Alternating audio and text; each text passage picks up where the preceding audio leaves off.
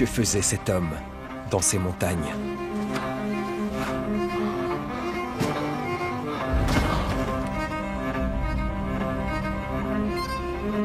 Que s'est-il passé là-haut? Pourquoi n'a-t-on retrouvé que son équipement?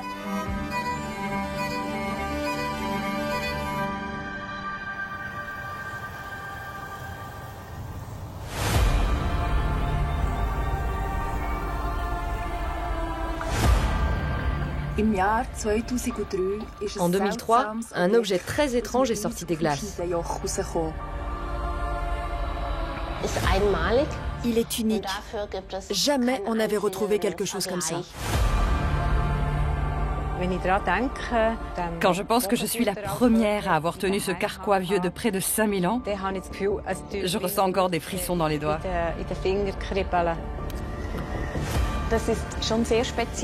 Et après le carquois, on a retrouvé un équipement complet qui pourrait appartenir à un chasseur du néolithique.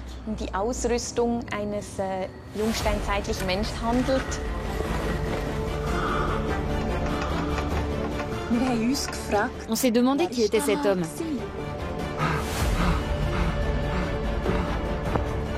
On l'a appelé Schnidi. Moi, je pense que Schnidi a eu un accident. Un accident probablement mortel.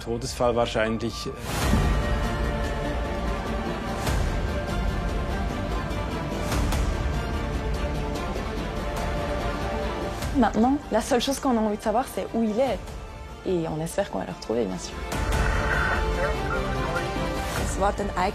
C'est vraiment l'enquête la plus excitante de toute ma carrière.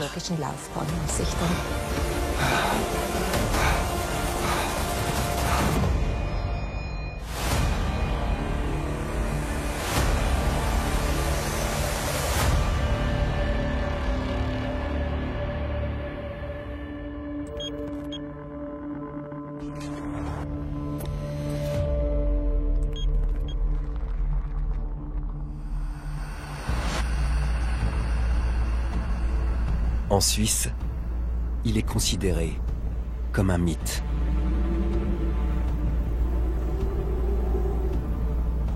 Avec ses sommets qui culminent à plus de 4000 mètres d'altitude et ses arêtes abruptes, le massif de l'Oberland est un paradis pour les passionnés d'alpinisme. Mais ce que l'on ignore, c'est que ces montagnes recèlent aussi l'une des plus grandes énigmes de l'archéologie européenne. Un cold case vieux de 5000 ans. Dans l'une des zones les plus reculées du massif, les archéologues sont sur la piste d'un homme qui serait mort à la fin de la préhistoire. Son corps pourrait être encore prisonnier des glaces. La découverte de cette momie permettrait de mieux comprendre le néolithique. Une période charnière de l'histoire de l'humanité.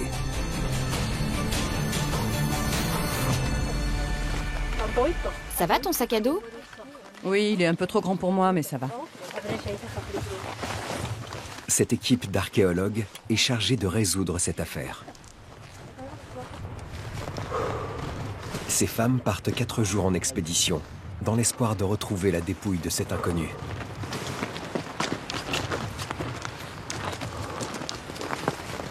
Avec leur sac à dos rempli de matériel de fouille, elles vont gravir plus de 1300 mètres de dénivelé pour atteindre le col du Schnidejor.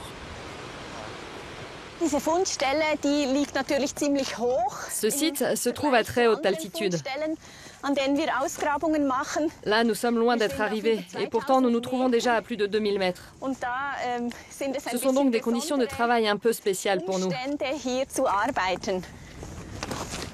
Le chemin pour accéder au site de fouille est vraiment fatigant.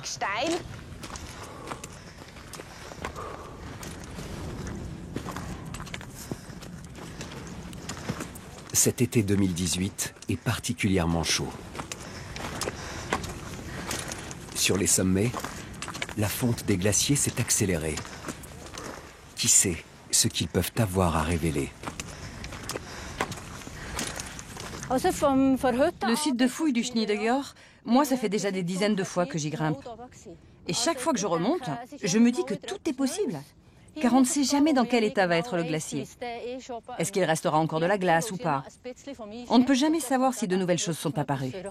Peut-être qu'on trouvera Shinidi aussi. Les chances sont minimes quand même de le retrouver, mais personnellement, je perds pas espoir. Le corps de Schnidi permettrait aux archéologues de collecter des informations uniques sur le néolithique. Cette découverte constituerait l'aboutissement d'une traque hors norme qui a débuté en 2003.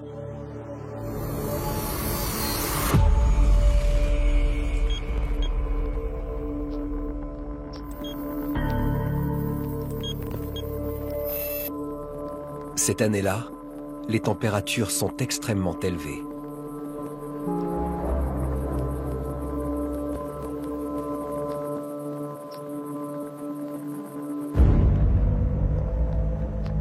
Et les glaciers fondent à une vitesse préoccupante.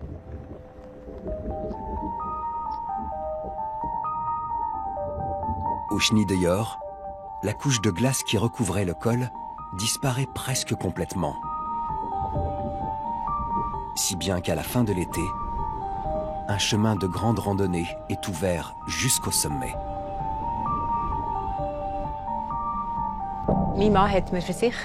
Mon mari m'a assuré que les glaces avaient tellement reculé qu'on pouvait enfin atteindre le col du Schneideyor sans devoir traverser le glacier en crampons.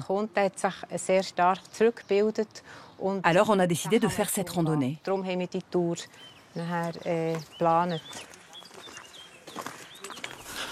Ursula Leuenberger est l'une des premières à emprunter ce nouveau sentier.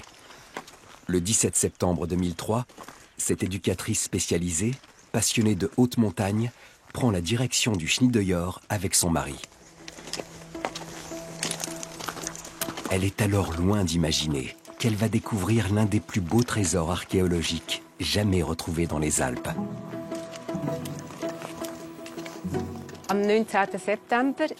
Ça s'est passé lors du 3e jour de marche. Ce jour-là, on a dû grimper une moraine très impressionnante.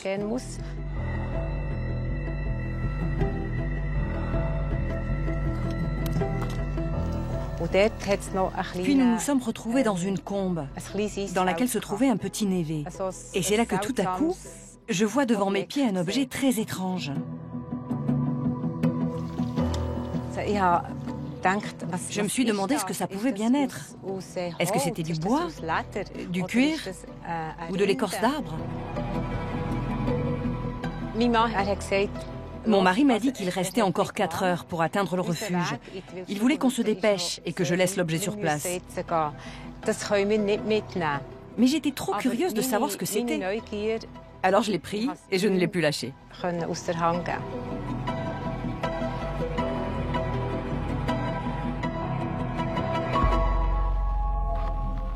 De retour chez elle, Ursula veut tirer cette affaire au clair. Elle contacte le musée d'histoire de Berne.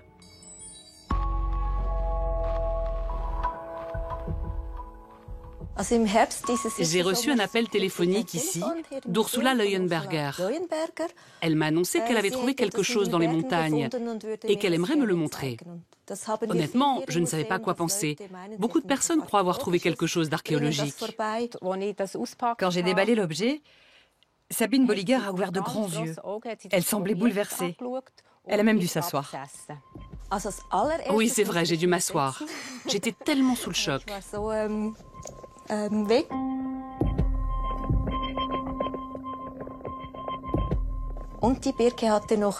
Ce qui m'a frappé, c'est qu'on sentait encore l'odeur de l'écorce de bouleau. C'était un moment absolument incroyable. Je me suis dit qu'il s'agissait d'un objet préhistorique. Mais je n'arrivais pas à savoir ce que c'était. Ça ressemblait à un carquois, mais je n'étais pas sûre.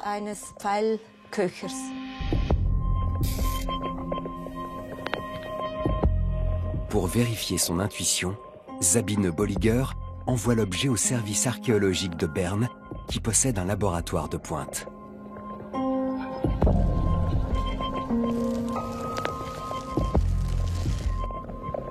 L'analyse confirme son hypothèse. Il s'agit effectivement d'un morceau de carquois, un étui servant à ranger des arcs et des flèches. Mais de quand date-t-il? Vient-il réellement de la préhistoire? Cet objet avait vraiment l'air très ancien, mais à l'œil nu, il était impossible de déterminer vraiment son âge. On a donc effectué une datation au carbone 14 pour savoir si ce carquois était vraiment aussi ancien qu'il en avait l'air et si cela valait la peine de mener une enquête plus approfondie. Ces datations ne laissent aucune place au doute. Ce morceau de carquois est bien issu de la préhistoire. Il date de 2800 avant notre ère. Il est donc resté dans la glace pendant près de 5000 ans, depuis le néolithique, une période fondamentale de l'histoire de l'humanité.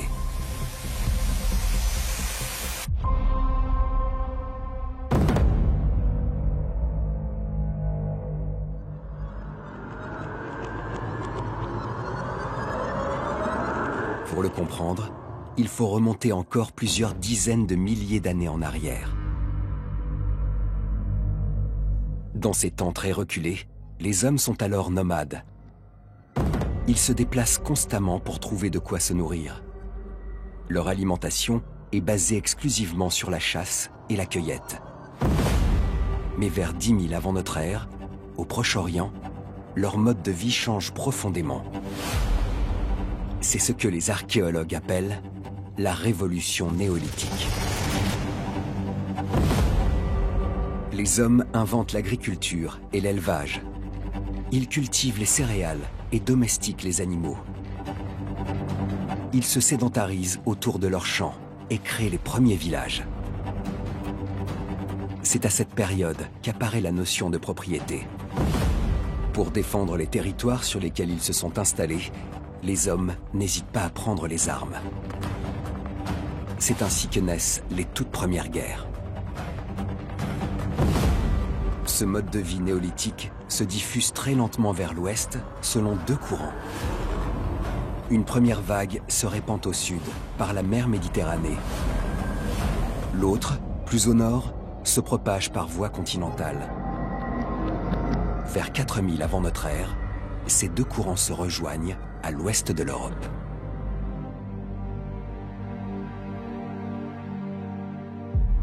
Le terme de révolution néolithique a été choisi car il marque un changement fondamental et irréversible. L'homme se met à contrôler la nature et à produire ce qu'il consomme. Ça montre un peu les grands changements que cette néolithique a produit pour l'humanité. Sans le développement de l'agriculture et la domestication des plantes et des animaux sauvages, on ne serait pas ici. Notre monde actuel ne serait pas ce qu'il est aujourd'hui si la révolution néolithique n'avait pas eu lieu. Ce morceau de carquois est un témoignage direct de cette révolution qui a bouleversé l'humanité. Pour les archéologues, sa valeur est inestimable. Il est unique. Jamais on n'avait retrouvé quelque chose comme ça. La première fois où je l'ai vu, j'étais complètement fascinée. Je n'avais jamais vu un tel objet en écorce de bouleau. Et je me suis dit tout de suite, si on a découvert cet objet, cela veut dire que d'autres choses vont certainement apparaître là-haut. En 2004, Catherine et ses collègues mettent donc sur pied une expédition pour fouiller au Schnideyjor dans la discrétion la plus totale.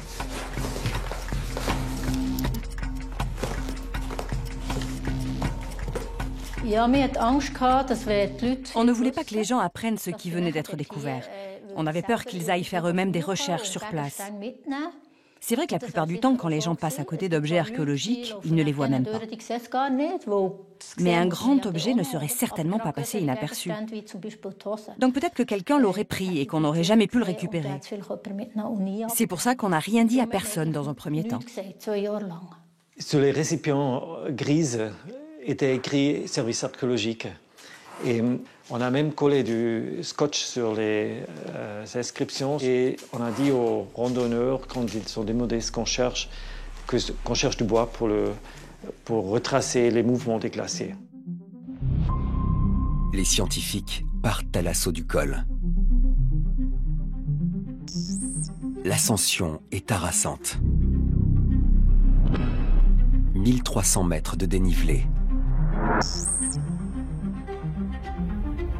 Le lendemain, ils arrivent au Chenil de Yor.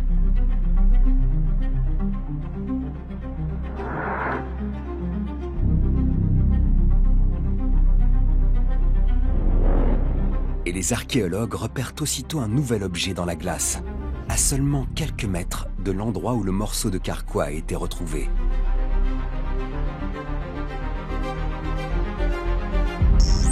Il s'agit cette fois d'un fragment de pantalon en cuir.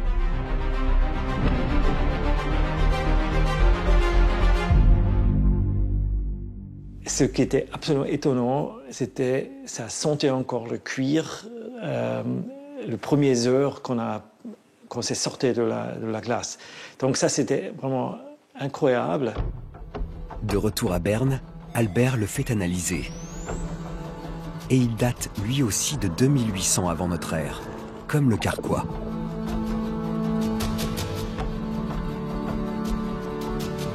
Ces deux objets de près de 5000 ans, retrouvés au même endroit, pourrait-il avoir appartenu à la même personne ?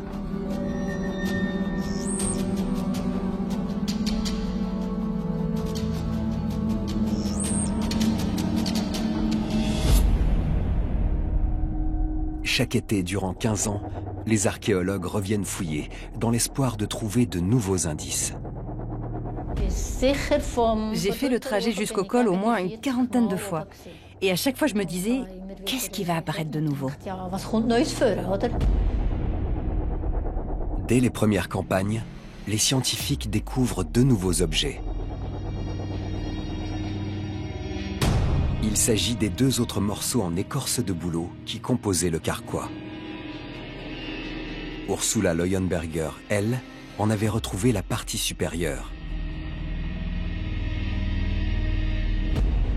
Les années suivantes, les glaces libèrent cette corde, fabriquée en tendon d'animal. Les restes d'une chaussure en cuir,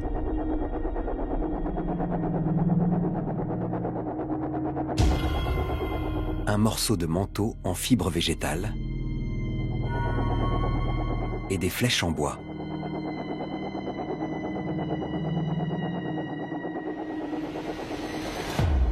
À cette altitude, il y a beaucoup moins d'oxygène, moins de germes. Sous le glacier, c'est isolé et ça ne se décompose pas comme ça arrive parfois dans l'eau, par exemple. L'intérieur du bois peut se décomposer sous l'eau, mais dans un glacier, ça n'arrive pas. C'est pour ça que ces objets avaient l'air comme neufs.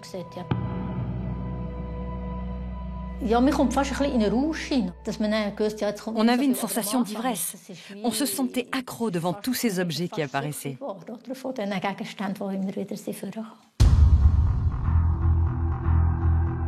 En 2005, nouveau coup de théâtre.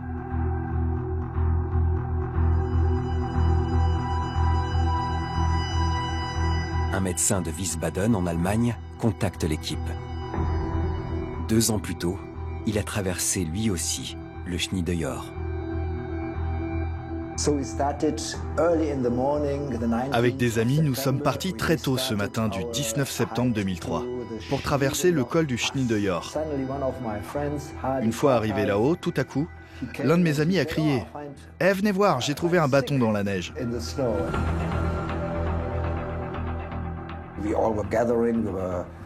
On s'est tous rassemblés et certains ont dit qu'il devait s'agir d'un bâton pour la marche, qu'un enfant avait peut-être perdu.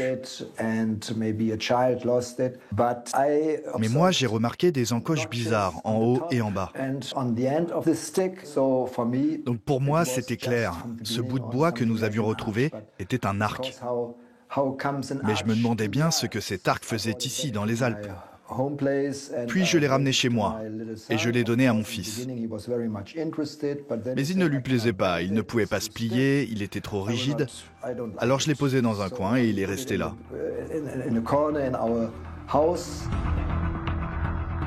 2 ans plus tard, le docteur Wolters apprend que des fouilles sont menées au Chenil de Yor.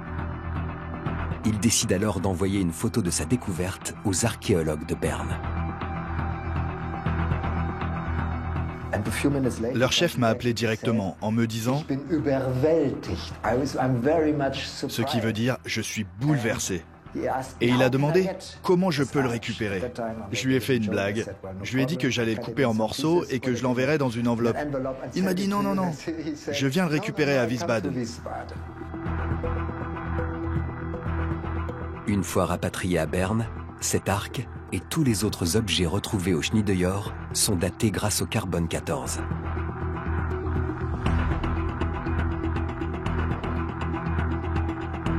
De nouveau, les résultats convergent.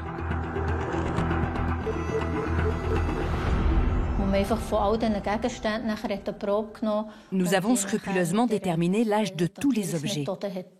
Et tous, sans exception, datent de la même époque. Donc il était désormais clair pour nous que tous ces objets appartenaient bien à une seule et même personne.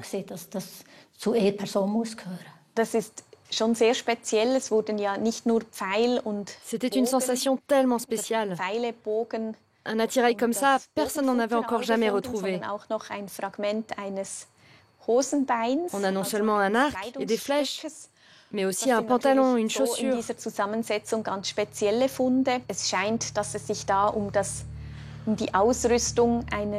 On dispose donc de l'attirail complet de ce qui semble être un chasseur qui vivait au néolithique.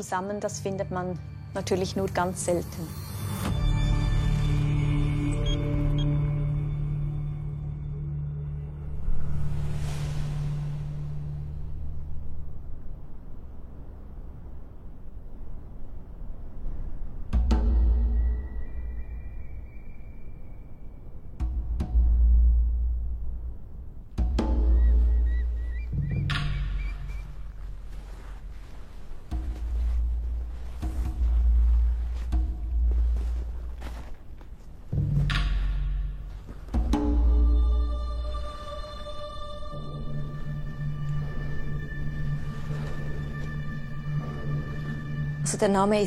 On lui a donné le nom de Schneedi, parce que son attirail a été retrouvé au Schneedejord.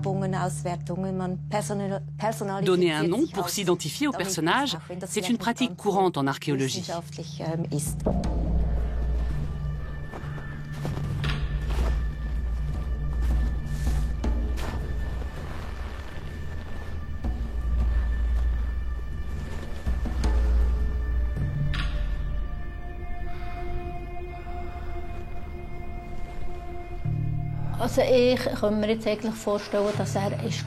Notre théorie, c'est que si Schneedi était bien un chasseur, il est peut-être allé en montagne pour chasser le chamois ou le bouquetin que l'on mangeait à cette époque.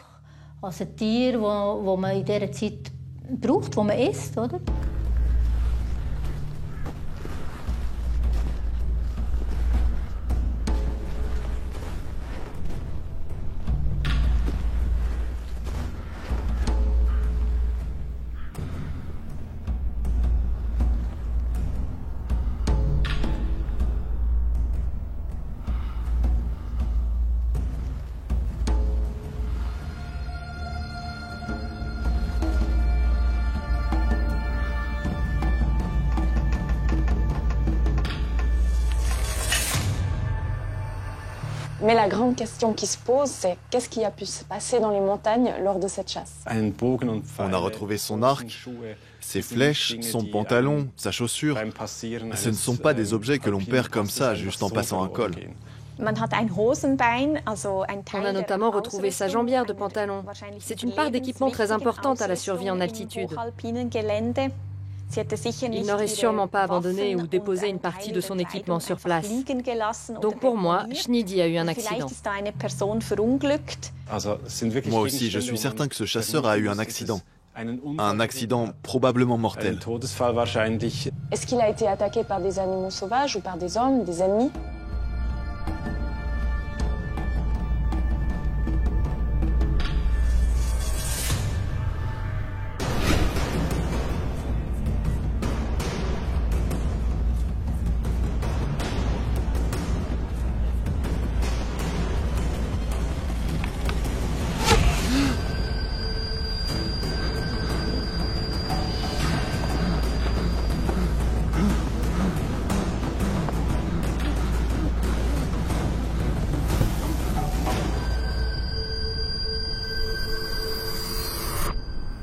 Même si concrètement on n'a pas trouvé de traces sur les vêtements de Schneidi qu'il a été attaqué, on pense quand même qu'il s'est fait attaquer et que dans la panique, il ait pris la fuite et qu'il se soit perdu dans la montagne.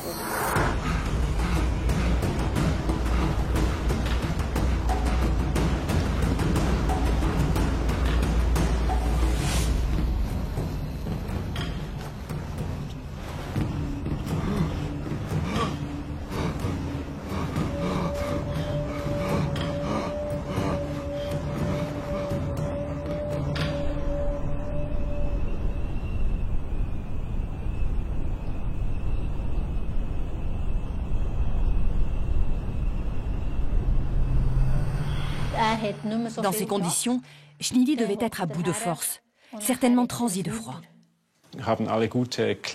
Même aujourd'hui, avec nos vêtements chauds, si on se fait surprendre par une tempête en montagne, ça peut nous coûter la vie. Il ne pouvait certainement plus marcher.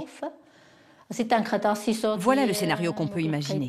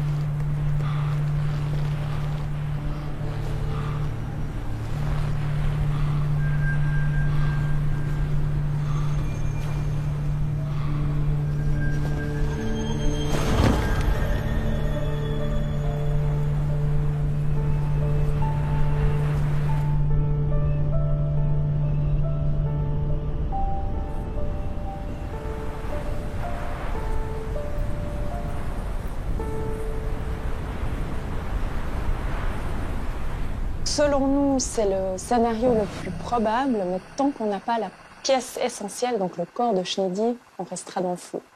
On a du mal à comprendre pourquoi on n'a pas encore retrouvé ce corps. Lorsque vous trouvez d'abord une chaussure, et puis un pantalon, et enfin des flèches, vous vous dites, il doit y avoir aussi le corps d'un homme pas loin. Il y a toujours la chance de trouver encore le corps dans la glace.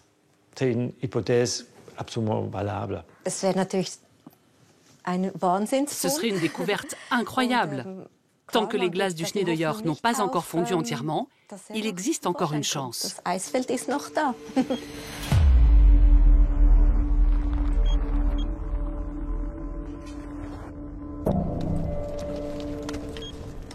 Le névé en haut du Schnee-de-Jord a-t-il encore reculé?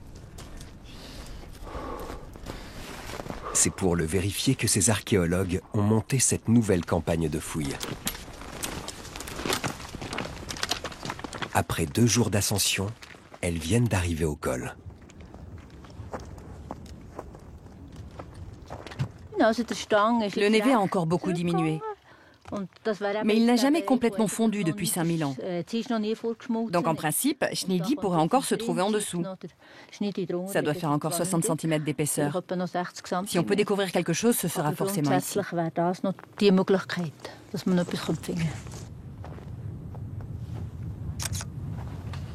Nous faisons chaque année des photos depuis cet endroit, toujours le même, pour voir là où la glace a le plus fondu.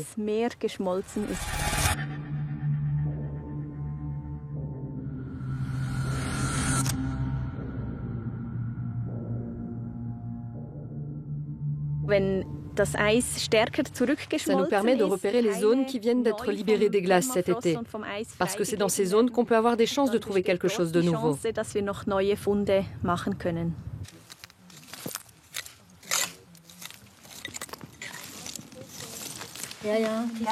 Ces mousses me perturbent à chaque fois. On dirait du tissu. Oui, moi aussi. J'en ai une très belle là. Regarde, celle-là, elle est vraiment superbe.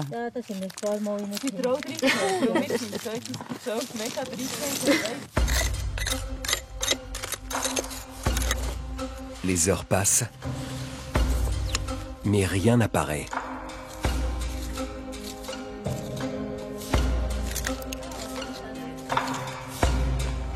Aucune trace de Schneidi.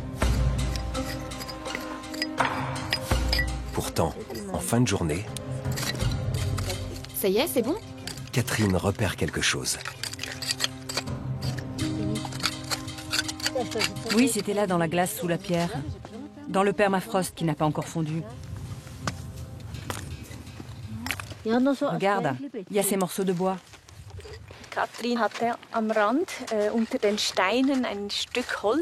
Catherine vient de découvrir juste à côté du névé un morceau de bois qui pointait sous les pierres. Et en retournant les autres pierres, on se rend compte qu'il y a d'autres morceaux. Il faut que Catherine les prélève pour les ramener à Berne. Il pourrait s'agir d'une nouvelle flèche brisée de Schneidi, qui sait. Mais pour en être certain, il faut vraiment que nous dations cette pièce. Et quand on aura fait cette datation au carbone 14, alors on saura si cet objet est bien de l'époque de Schneidi. Si les datations confirment cette hypothèse, cette flèche complétera l'attirail de ce chasseur.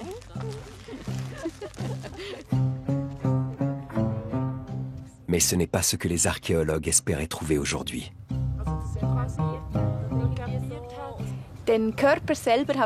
Malheureusement, nous n'avons toujours pas retrouvé le corps. Mais il existe encore une possibilité. Il reste encore et toujours ce dernier morceau de névé qui n'a jamais fondu depuis que Schneidi a traversé le col. Honnêtement, je ne peux pas savoir si nous allons le retrouver un jour. Mais je crois que l'aventure est loin d'être terminée. Les expertes gardent espoir. L'été prochain, elles reviendront fouiller. En attendant, elles ont décidé de s'attaquer à une question essentielle.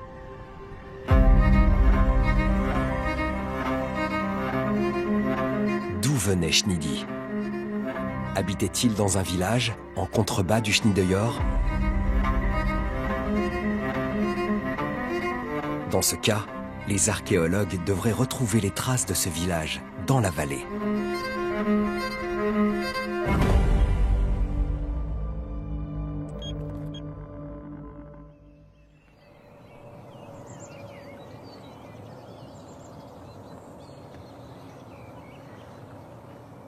Les scientifiques ont une nouvelle piste à explorer, dans ce lac situé à un peu plus de 2 jours de marche du Schneideyor.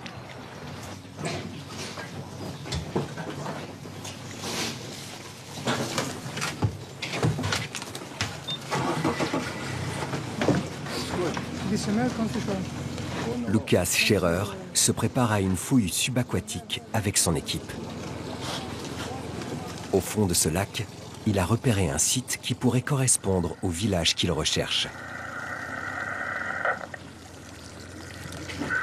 Ça commence à peu près dans cette direction-là, et puis ça tourne autour de cette sorte de presqu'île. Ce qui l'intéresse, ce sont ces pieux que l'on distingue sous les eaux. Des vestiges similaires ont déjà été retrouvés dans d'autres lacs alentours. D'après les archéologues, il s'agit des restes des tout premiers villages construits en Suisse au néolithique.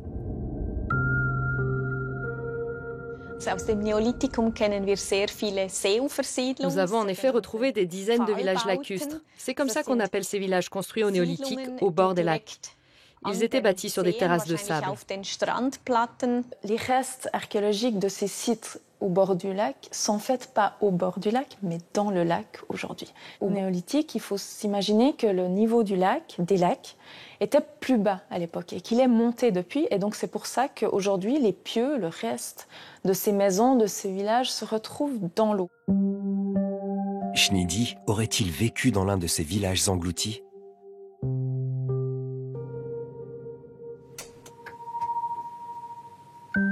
Pour le vérifier, les archéologues ont épluché les rapports de fouilles.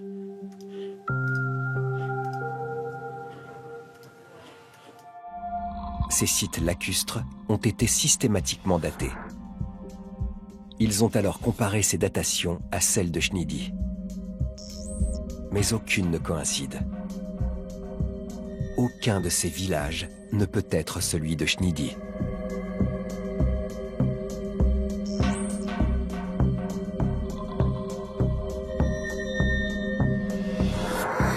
Le site que l'équipe de Lucas s'apprête à fouiller constitue peut-être la dernière chance de le retrouver. Non mais ça te va comme ça? Ou tu veux encore plus serré?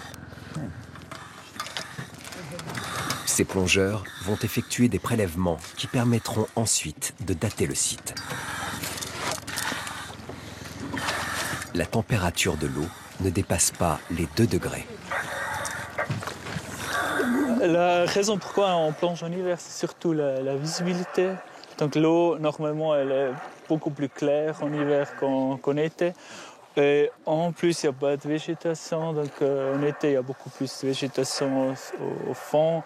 Mais avec ces combinaisons étanches, c'est assez agréable.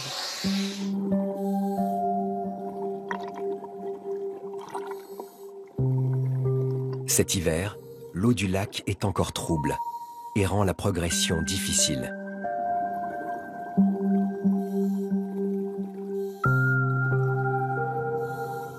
Les premiers pieux apparaissent. Ils sont encore dans un état de conservation exceptionnel, après des millénaires passés sous l'eau.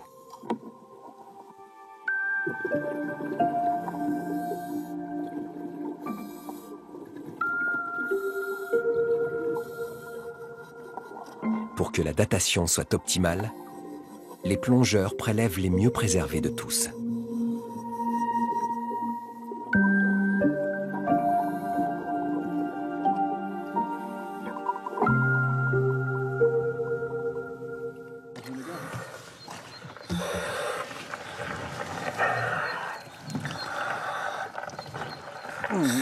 Oh, quel beau morceau! C'est vraiment des poteaux qui tenaient en fait les sols et les maisons. Ça, la partie qui était dans le sédiment, donc elle est mieux conservée que cette partie-ci. On voit aussi que ici il reste un centre très dur. Donc ça c'est typique aussi pour le chêne. En fait cette partie-là, elle est comme si c'était un arbre neuf, et donc très dur aussi à scier. Au total, les plongeurs recensent près d'une centaine de pieux. Ce qui pourrait correspondre à un village d'au moins une dizaine de maisons, selon Lucas Scherer.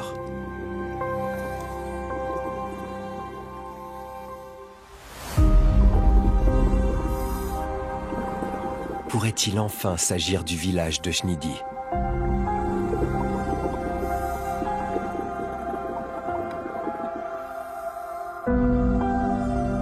Les datations vont-elles coïncider cette fois-ci?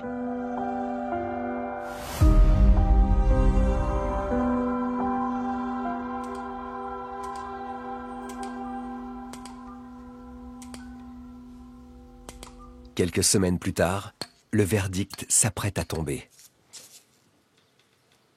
L'archéologue Matthias Bolliger est en train de dater les pieux prélevés dans le lac grâce à la dendrochronologie. Cette technique, qui s'appuie sur l'étude des cernes de l'arbre, va permettre de déterminer avec exactitude à quelle période cet arbre a été coupé.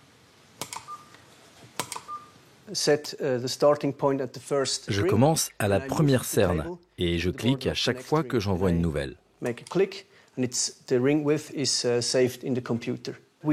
Cela va créer ce qu'on appelle une séquence de l'arbre. L'ordinateur va pouvoir comparer ces résultats à ceux de toutes les autres espèces de chênes déjà référencées sur les 10 000 dernières années. Si notre modèle coïncide avec un autre modèle déjà référencé, on va pouvoir savoir avec précision de quand il date. On pourra même savoir s'il a été coupé au printemps, par exemple. Pour qu'il y ait une chance que Schneidi ait habité ce village, il faut que les datations de ces pieux se situent autour de 2800 avant notre ère. C'est la condition sine qua non. L'archéologue Regine Stapfer attend ces résultats depuis des semaines.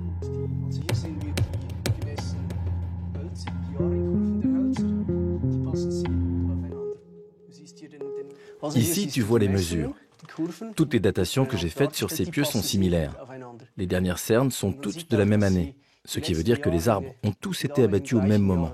Il s'agit donc de toute évidence de la même phase d'habitation. Toutes ces maisons forment bien un même village. Et donc de quand date-t-il ce village? Si je calcule la courbe moyenne et que je la compare avec la chronologie de référence, les statistiques sont très claires. Ça nous donne ce résultat. Ce village date de 2794 avant notre ère. Très bien. C'est la datation que j'espérais. C'est très proche de 2800 avant notre ère. Oui. Et ils ont été coupés en automne ou en hiver. Ces résultats prouvent qu'il s'agit bien d'un village néolithique comme on le pensait. Mais ce qui est encore plus important, c'est que ces maisons ont été construites avec des troncs de chêne abattus vers 2800 avant notre ère. Donc exactement à l'époque de Schneidi. Tous les arbres ont été abattus lors de la même année pour construire ce village lacustre, le seul qu'on ait retrouvé pour cette période. Il est donc possible que ce soit le village de Schneidi.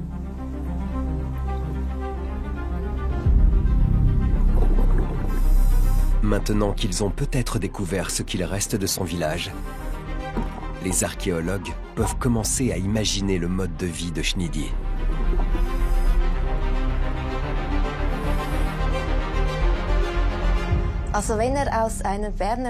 Si Schneidi provenait bien de ce village lacustre qui a été retrouvé, on peut en déduire qu'il vivait au sein d'une grande communauté. Car ce village comptait a priori une douzaine de maisons en bois et en torchis. Tout autour du village devait se trouver une palissade qui ceinturait l'ensemble.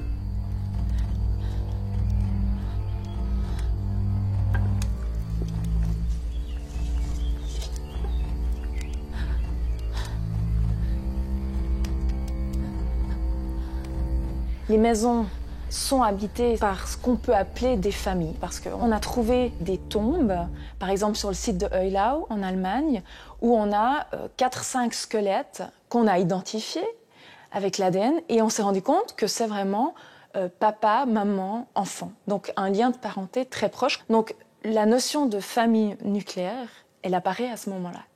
Au Paléolithique, donc la période d'avant, on s'imagine plutôt pas une famille nucléaire, mais quelque chose de plus grand, une sorte de clan, une appartenance à une même ethnie, plus qu'une famille.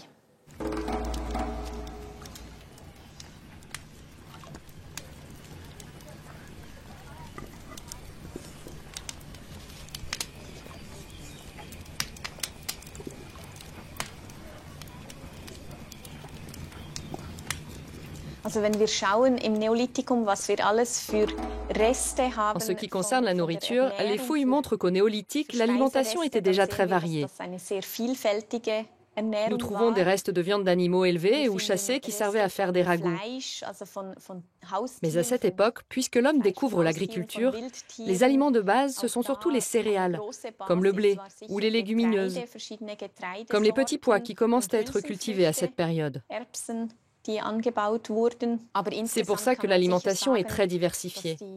On y trouve des hydrates de carbone, des céréales, des protéines. En fait, les bases de notre alimentation actuelle ont été posées à l'époque de Schnidi. Mis à part, bien entendu, les aliments du Nouveau Monde, comme la pomme de terre et la tomate qui n'existaient pas à cette période en Europe.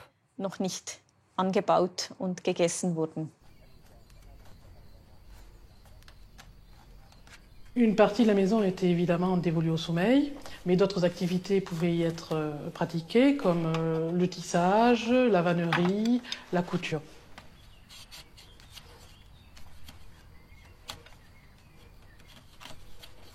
Cette vie était peu différente de celle des paysans dans les sociétés pré-industrielles et beaucoup de nos arrière-grands-parents devaient vivre un peu comme Schnidi.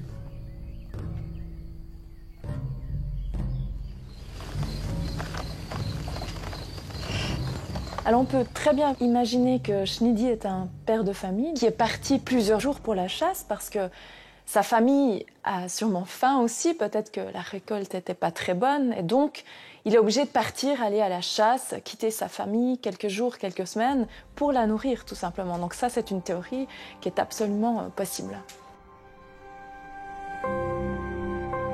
S'il est bien parti de chez lui pour aller chasser, Schnidi s'est-il retrouvé en haut de ce col par accident? Ou avait-il prévu de le traverser?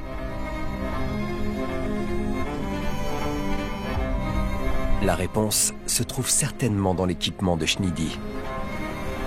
S'était-il muni de vêtements adaptés à la haute montagne? C'est la question que se posent les archéologues.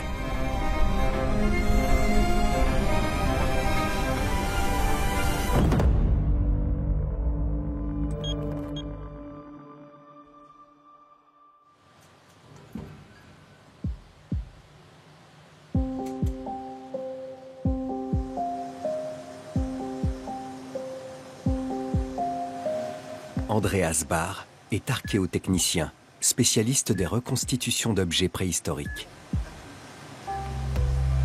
Les archéologues l'ont chargé de recréer, à l'identique, les vêtements de Schnidi.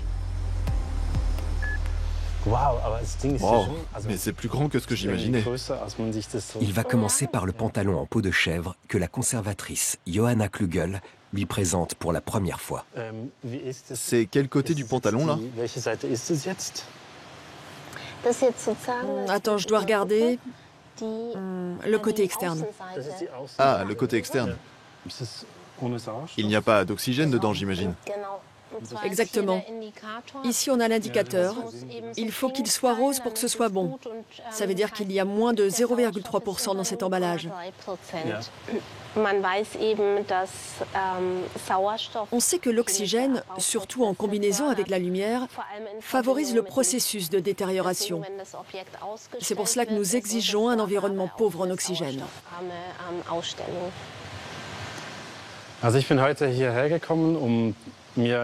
J'avais tellement hâte de pouvoir observer cette jambière en détail. Bien sûr, j'ai lu toutes les publications à son sujet, mais ça ne donne jamais la même impression quand on l'a réellement devant soi.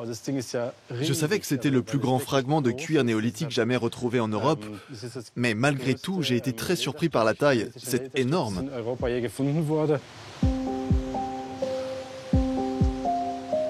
Il ne me reste plus qu'à me mettre au travail. Maintenant, je sais ce que je dois faire. Et je ressens des picotements dans les mains tellement j'ai envie de m'y mettre.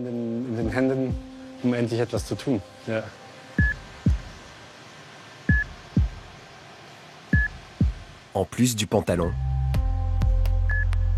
Andreas Bahr va aussi recréer les chaussures en cuir de Schnidi. Et son manteau, à partir de ces fragments retrouvés en fouille. Grâce à ces reconstitutions, les archéologues vont mener une expérimentation inédite. Ils vont tenter de traverser les Alpes comme Schnidy il y a 5000 ans, en suivant le même trajet, en portant les mêmes vêtements.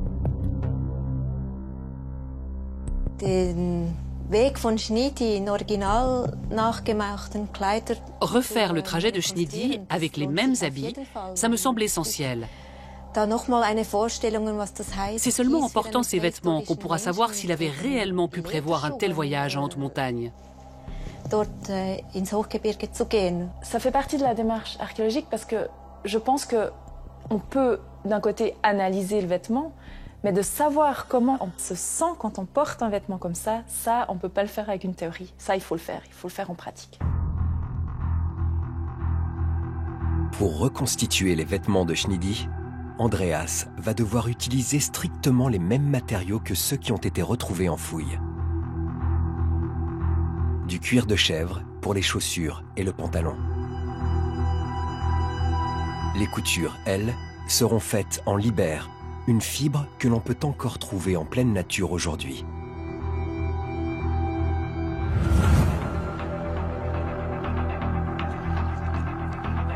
À une trentaine de kilomètres de Berne, au lac de Mora, Andreas en a repéré.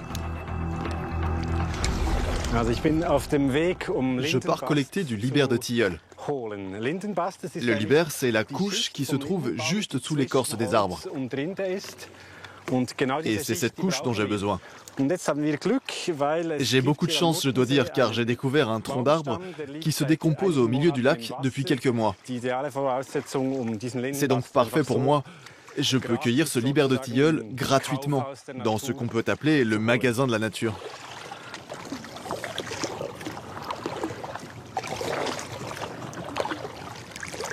Là, devant nous, on distingue l'arbre. Il ne reste plus qu'à descendre du kayak.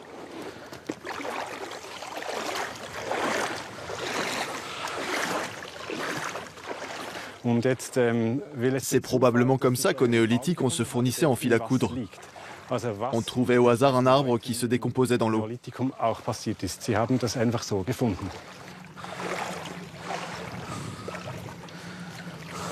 Pour retrouver leurs gestes, Andreas utilise les mêmes outils que les hommes du néolithique, il y a 5000 ans.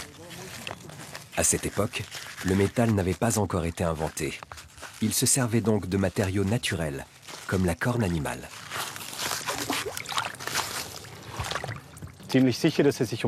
Voilà, l'écorce est séparée du tronc. Et là, on voit les fibres de Liber. C'est ça ce que je recherche pour fabriquer mon fil à coudre.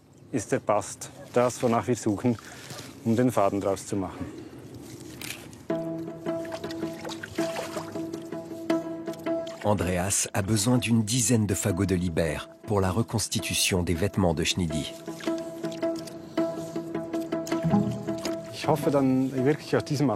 Bon, j'espère que la reconstitution va bien se passer avec ce matériau.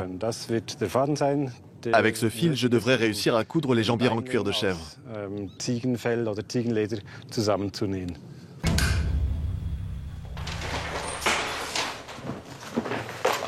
Quelques semaines plus tard, la reconstitution peut débuter. Andreas s'est procuré une peau de chèvre dans une tannerie.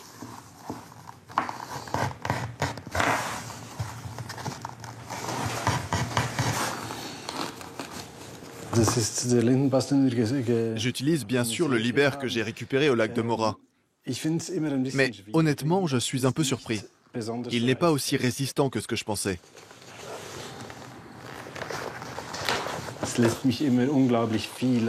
C'est un travail propice à la réflexion. Pendant que je fais cette reconstitution, je pense beaucoup à ces populations au néolithique. Elles ont vécu il y a si longtemps, mais il s'agissait de gens comme nous, comme moi. Je pense tout particulièrement à ceux qui ont mis au point ces techniques. Parce qu'il y a bien sûr un cerveau, une personne derrière ce vêtement.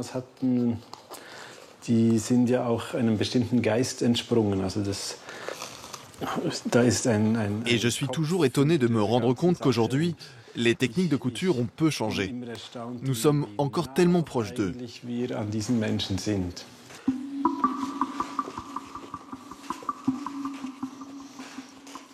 En préparant ses travaux de couture, Andreas a fait une découverte importante sur Schneidi. Grâce aux dimensions de la jambière, il a pu déterminer sa taille.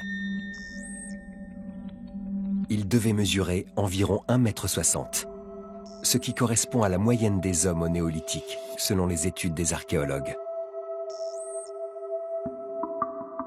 Mais ce qui peut sembler surprenant, c'est que des dizaines de millénaires plus tôt, au Paléolithique supérieur, les hommes mesuraient autour d'1,80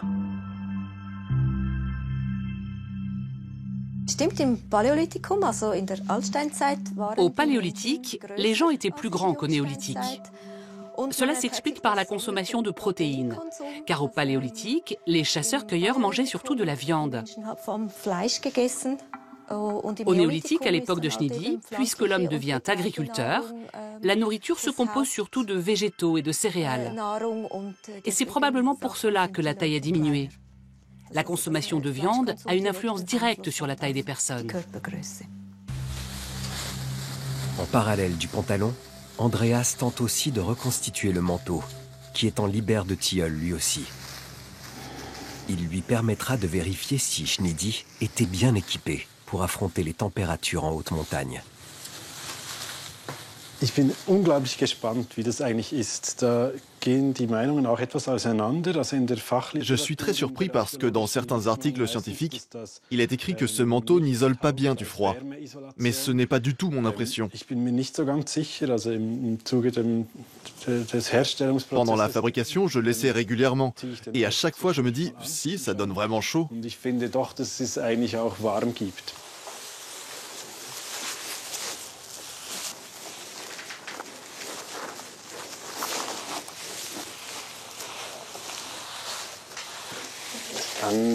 Par contre, je reconnais que ça gratte au niveau du cou. Ce n'est pas vraiment comme de la laine mérinos. Peut-être que les gens du néolithique n'étaient pas aussi sensibles que nous aujourd'hui.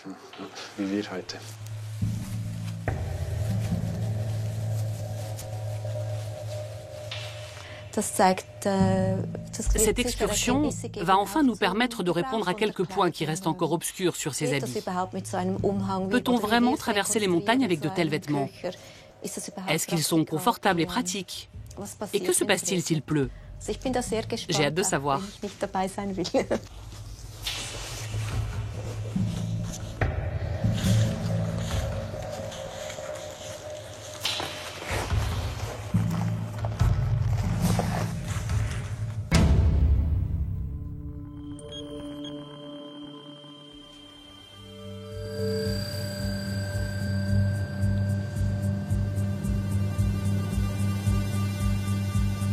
Andreas Bahr est en route pour le point de départ de l'expédition. Catherine Glauser l'accompagne. C'est avec elle qu'Andreas va tenter de grimper jusqu'au col du Schnidejor, en habit néolithique. Pour le moment, je me sens relativement bien. Mais bon, on n'a pas encore commencé à marcher. Étonnamment, cette nuit, j'ai plutôt bien dormi. Mais je dois reconnaître que j'ai pas mal d'appréhension quand même. Je sais que je risque d'avoir mal un peu partout ce soir, notamment aux pieds.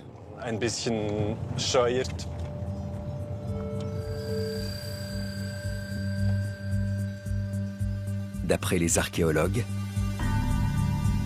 si Schneidi est bien parti d'un village lacustre au pied de la montagne, il est obligatoirement passé par cette vallée, l'unique voie d'accès jusqu'au Schnidejor. C'est donc d'ici qu'ils vont débuter l'ascension, en ne s'autorisant aucun confort moderne. Alors d'abord, je dois bourrer les chaussures avec de la mousse végétale. J'ai bien envie de savoir si ça fonctionne. J'espère, hein.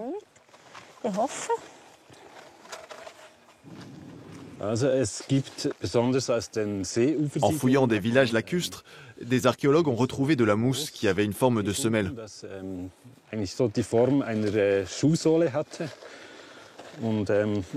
Quand on a fait les essais de ces chaussures il y a quelques jours avec Catherine, on s'est rendu compte qu'on avait très froid aux pieds. Alors avec cette mousse, ce sera peut-être plus supportable.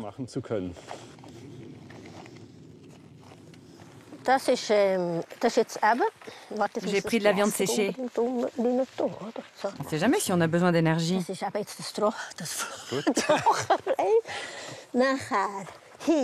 Et puis j'ai amené aussi des pommes séchées.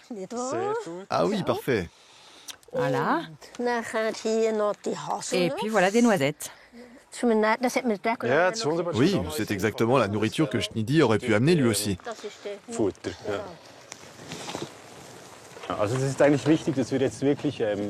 Pour que cette expérimentation soit valable scientifiquement, il faut que notre équipement et notre nourriture soient entièrement conformes à ce que pouvait avoir Schnidi il y a 5000 ans. C'est la seule solution pour vraiment essayer de se glisser dans sa peau. J'ai amené aussi 2 morceaux de pain. Ils sont à base de farine de blé complet. Donc c'est cohérent avec l'époque de Schnidi.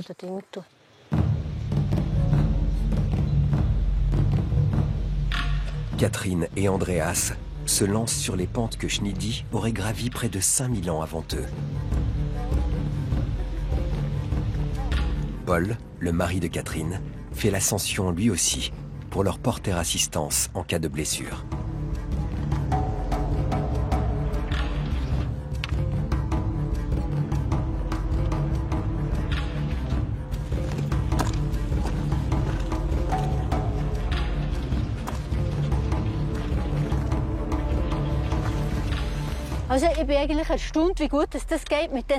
Les premières sensations sont vraiment surprenantes.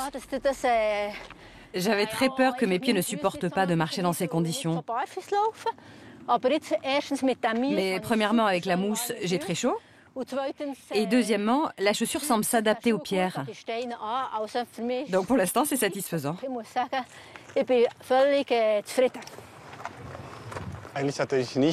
J'avais assez peur moi aussi de cette ascension. Je me suis beaucoup entraîné à marcher pieds nus ces derniers mois. Bon, les pierres ou les cailloux pointus font assez mal, donc j'essaie de marcher autant que possible sur l'herbe. Mais dans l'ensemble, pour le moment, ça va.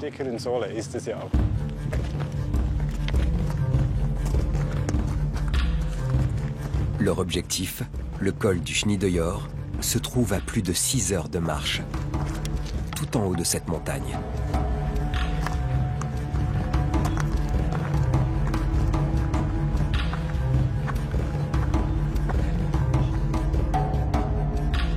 Catherine y grimpe chaque année depuis 15 ans pour fouiller. Mais va-t-elle réussir à l'atteindre cette fois-ci, avec cet équipement néolithique ?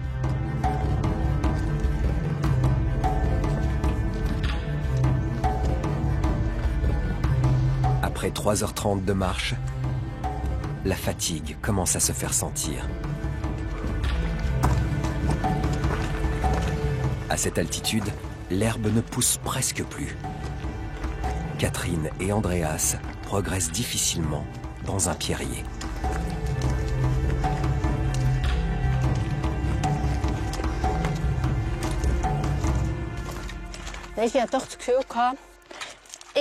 Tu vois, j'avais l'impression que je connaissais chaque pierre de ce chemin, vu que je reviens chaque année ici. Mais avec ces chaussures, c'est comme si je le redécouvrais. Je n'avais jamais fait attention à ce point au chemin. Je me rends compte de tous les petits obstacles qu'il y a. Schnidi, lui, devait savoir qu'il y a des endroits où tu peux aller et d'autres où il ne faut surtout pas marcher. Avec nos chaussures modernes, on y va tout simplement. On ne réfléchit pas.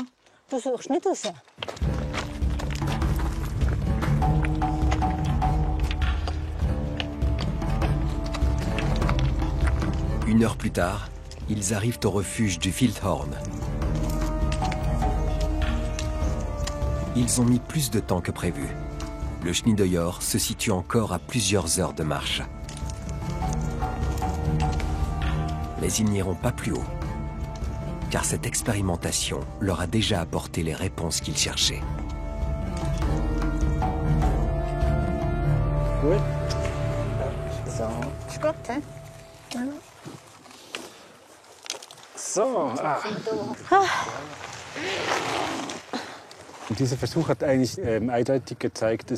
Cette expérimentation nous prouve que oui, on peut grimper en altitude avec ce type de vêtements. Il en ressort clairement que le fait de venir ici il y a 5000 ans comme Schnidy l'a fait n'était pas du tout irrationnel. Il avait les vêtements adaptés pour ça ne fait aucun doute. Mais c'était quand même extrêmement risqué. Aujourd'hui, il y a ce refuge au pied du col, on a un service météo, on peut même faire venir un hélicoptère si besoin. Lui ne pouvait compter sur aucun secours. Un brusque changement de temps, une simple entorse à la cheville, et c'était la fin.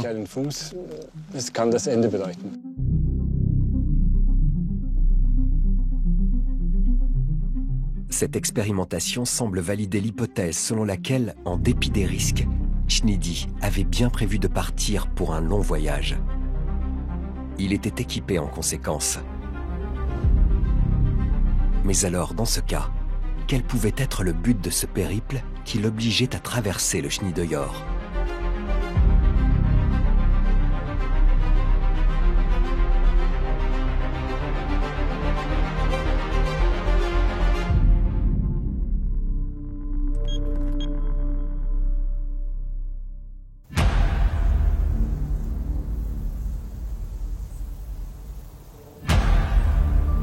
De l'autre côté du col, au fond de la vallée,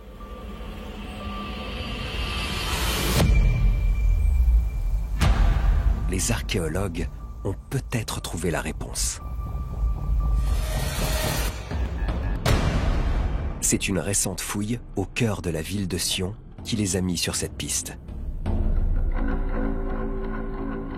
Les scientifiques viennent de mettre au jour ces imposantes dalles verticales qui constituaient la base d'un dolmen. Ils ont aussi retrouvé des dizaines de squelettes.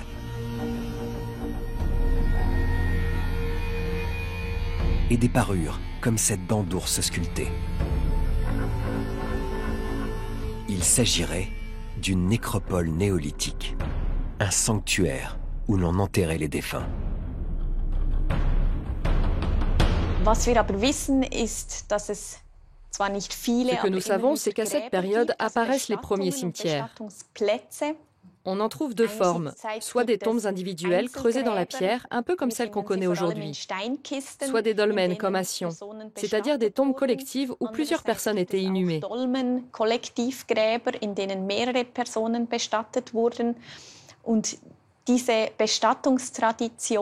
Le fait que les hommes commencent à enterrer les morts dans des monuments prouve qu'au néolithique, on croyait déjà en l'au-delà. On peut même parler de religion. Schnidy connaissait-il l'existence de ce sanctuaire? Et dans ce cas, aurait-il tenté de traverser la montagne pour se recueillir ici? Selon les archéologues, l'hypothèse est plausible. Car cette nécropole aurait été utilisée entre 2900 et 500 avant notre ère. Elle existait donc déjà à la période de Schnidy. Et puis, il faut bien comprendre que ce dolmen n'est pas juste une petite sépulture. Ce devait être un lieu spirituel majeur qui était sûrement connu jusque dans les vallées alentours.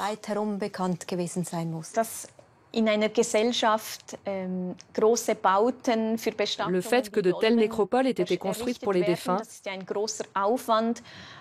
cela montre que ce que l'on appelle le culte des ancêtres jouait un rôle majeur dans les croyances de ces sociétés néolithiques.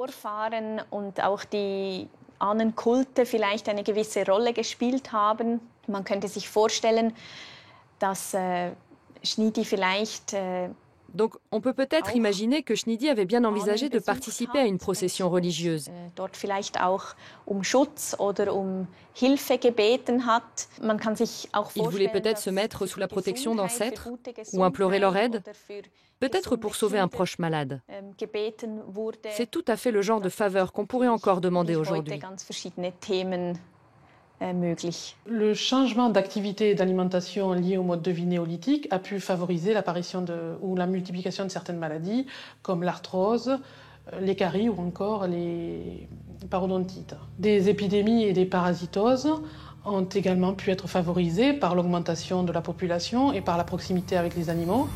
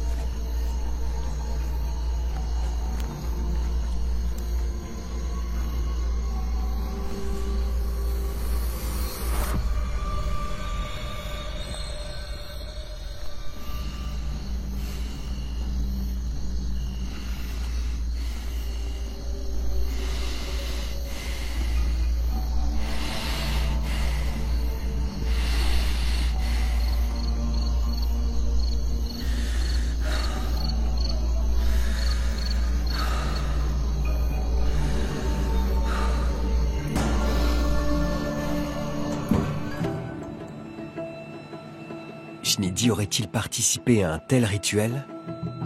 Ce scénario peut-il être validé? Impossible pour les archéologues d'être catégoriques, d'autant qu'un doute persiste.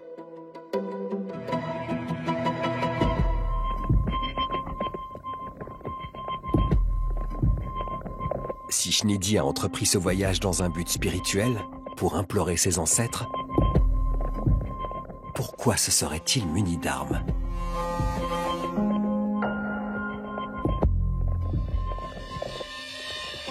Shnidi, le fait qu'il ait emmené un tel arc et des flèches, pour moi, ça raconte beaucoup de choses. Bien sûr, on peut penser qu'il les avait pris pour se défendre contre des animaux sauvages pendant son voyage. Mais on peut émettre une autre hypothèse. Il n'avait peut-être pas pris cet arc et ces flèches pour se défendre, mais au contraire pour attaquer des animaux ou des hommes. L'arc en if, les flèches et le carquois de Shnidi sont des objets exceptionnels. Il s'agit certainement d'une des panoplies d'archers les plus complètes et les mieux conservées que l'on ait trouvées. Ces objets, qui sont plutôt des attributs masculins, posent bien évidemment la question du statut de Shnidi. S'agit-il d'un chasseur ou s'agit-il d'un guerrier? Il ne faut pas oublier qu'à cette période, avec la néolithisation, les hommes deviennent sédentaires et s'approprient les territoires. C'est dans ce contexte que naissent les premières guerres. Certes, avant le néolithique, les hommes de la préhistoire réglaient déjà leurs conflits par la violence. Mais c'est bien au néolithique qu'apparaît la notion de guerre, au sens où la mise à mort est désormais autorisée et organisée. Ce qui peut l'expliquer, c'est qu'au néolithique, on assiste à une explosion démographique. Dans les périodes plus anciennes, il y avait beaucoup moins d'hommes qui vivaient sur Terre. Mais au néolithique, la population s'accroît rapidement. Or, plus les groupes vivent proches les uns des autres, plus le potentiel d'agression augmente. À partir du moment où on s'installe à un endroit, il va falloir défendre en fait ce territoire. Donc on a aussi des palissades qui vont être construites et on va sûrement aussi devoir se défendre contre des attaques. Imaginons qu'on n'a pas assez de nourriture et le village d'à côté en a assez. Alors peut-être qu'on va aller attaquer le village d'à côté pour avoir cette nourriture. Et donc c'est vraiment à partir de ce moment-là qu'on peut s'imaginer que les hommes vont vraiment commencer à s'attaquer entre eux. La notion de guerre apparaît. L'archéologue Vanessa Hausener a l'intuition que Shnidi était peut-être un guerrier envoyé en mission. Pour explorer cette autre piste de réflexion, elle va voir des confrères français, spécialistes des guerres au néolithique.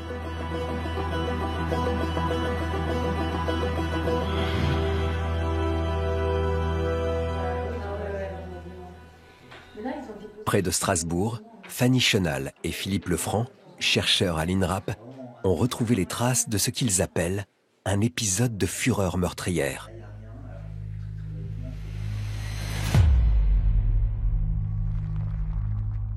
Sur le site d'Arenheim, ils ont mis au jour un charnier contenant 6 corps.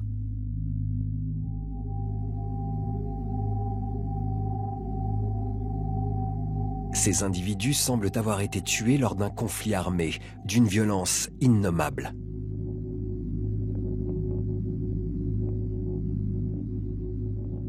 Tous les crânes sont fracturés. Tous les tibias sont fracturés également. Toutes les cages thoraciques sont fracturées. D'accord. Donc c'est systématique en fait. C'est complètement systématique. On a l'impression que les gestes ont été répétés pour chaque individu.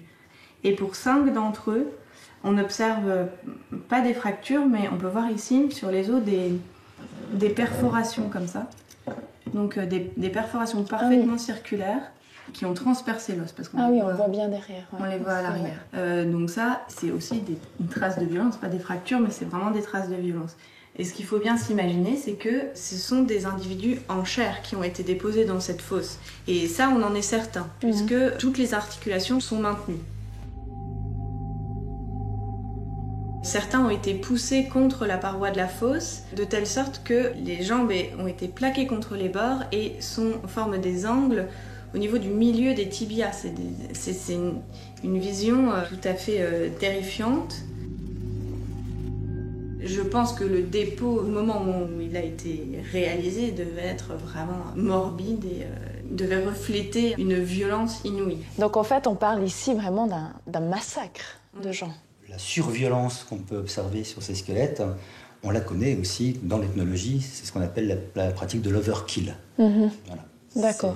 Détruire au maximum le cadavre de l'adversaire pour que dans l'au-delà, il soit aussi handicapé.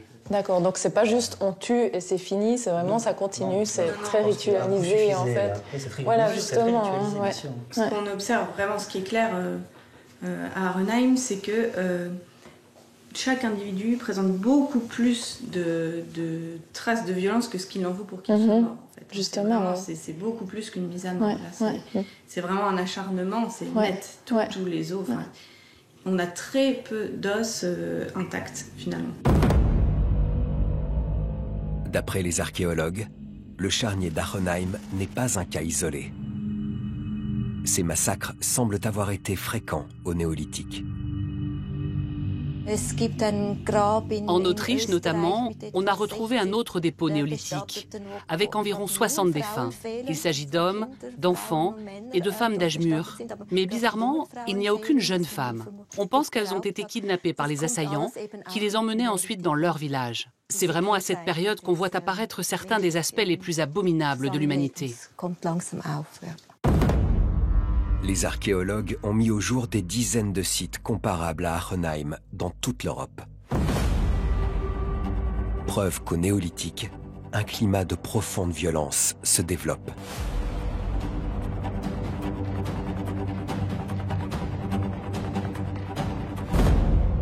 Au néolithique, il ne faut pas imaginer des armées de soldats en mouvement qui s'affrontent sur le champ de bataille.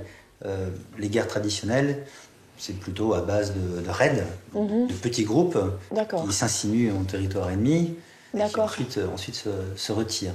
Alors, il faut imaginer un exemple qui parle à tout le monde, c'est les exemples des raids des Indiens qui vont dans le village d'à côté pour voler des chevaux, ou aussi dans le cadre de véritables guerres, des guerres qui font beaucoup de morts. Les guerres traditionnelles font moins de morts que nos guerres modernes, mais ramener à la population, taux de population, c'est des pourcentages qui sont absolument effroyables.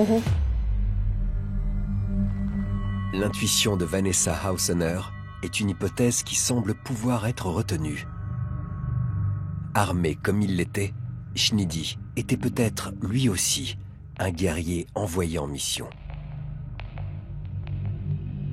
Dans l'hypothèse que Schnidi ait passé le col pour attaquer un village de l'autre côté dans la vallée, on peut effectivement s'imaginer que ça s'est passé en petits groupes qui approchent le village peu à peu, un petit groupe qui peut être de 3 à 4 personnes pour attaquer ce village.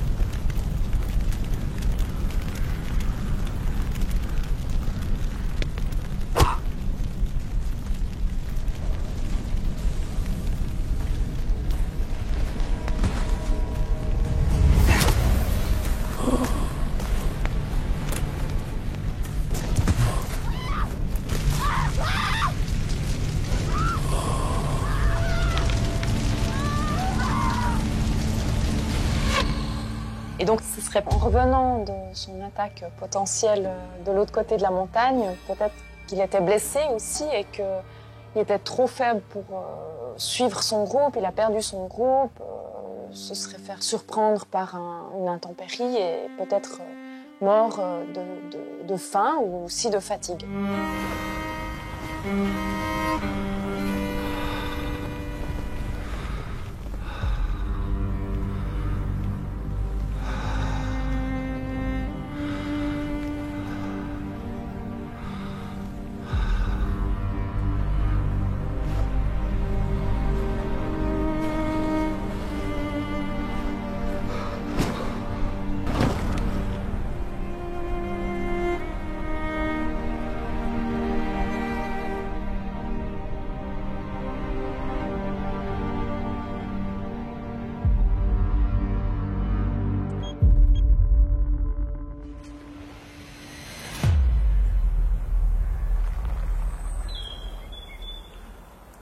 Schneidi était-il donc en route pour se recueillir auprès de ses ancêtres?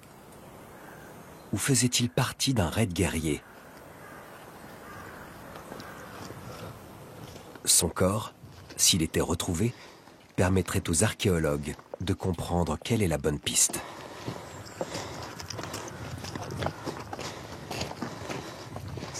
Là, il y avait la partie inférieure du névé. Et là, la partie supérieure. Mais maintenant, il n'y a plus rien. Ce qu'on voit, ce n'est pas de la glace, juste de la neige qui vient de tomber. Comme prévu, 1 an après leur dernière expédition, les archéologues sont de retour au Schneideyor, sous la direction, cette fois, de Regula Gubler. Le névé, qui rétrécissait à vue d'œil depuis une dizaine d'années, a fini par complètement disparaître.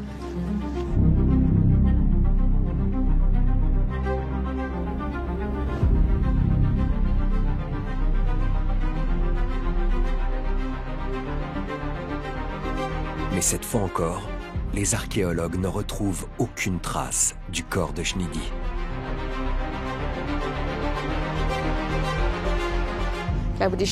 C'était la dernière chance de retrouver Schneidi. Le névé a désormais fondu, donc on l'aurait déjà vu. Malheureusement. Le corps de Schneidi n'est pas en haut du col. C'est désormais une certitude. Alors, que s'est-il passé? Il avait sûrement des vautours, il avait des loups, et il y avait des ours en montagne.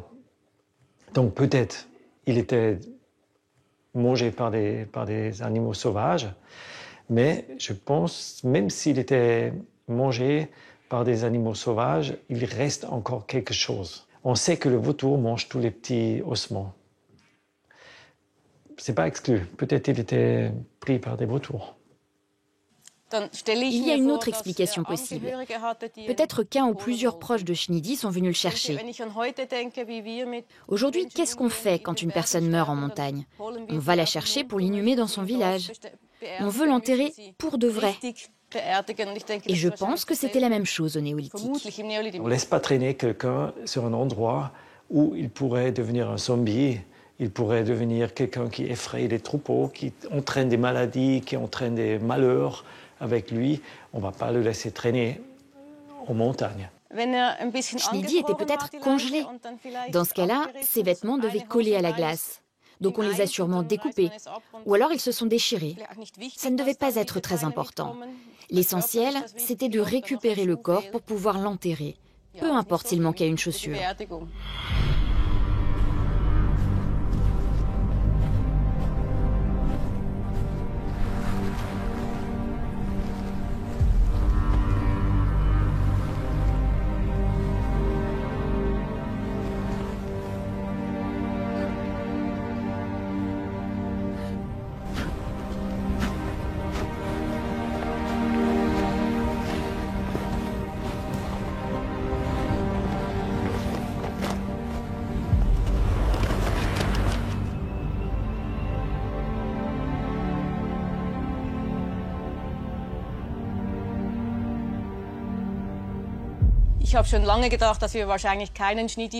Désormais, nous avons vraiment fait une croix sur le fait de le retrouver.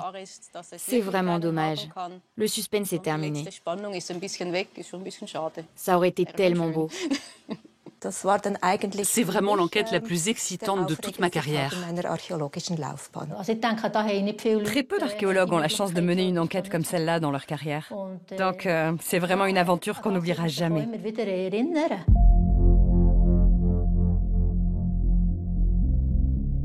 Après 15 ans de traque, le rêve prend donc fin pour les archéologues. En dépit de tous leurs efforts, le corps de cet homme restera probablement à jamais introuvable. Cet ancêtre lointain qui semble finalement si proche de nous. Car il a vécu à une période clé qui a posé toutes les bases de nos sociétés actuelles. L'agriculture, la sédentarisation et la création de villages. Les notions de famille, de territoire et de guerre.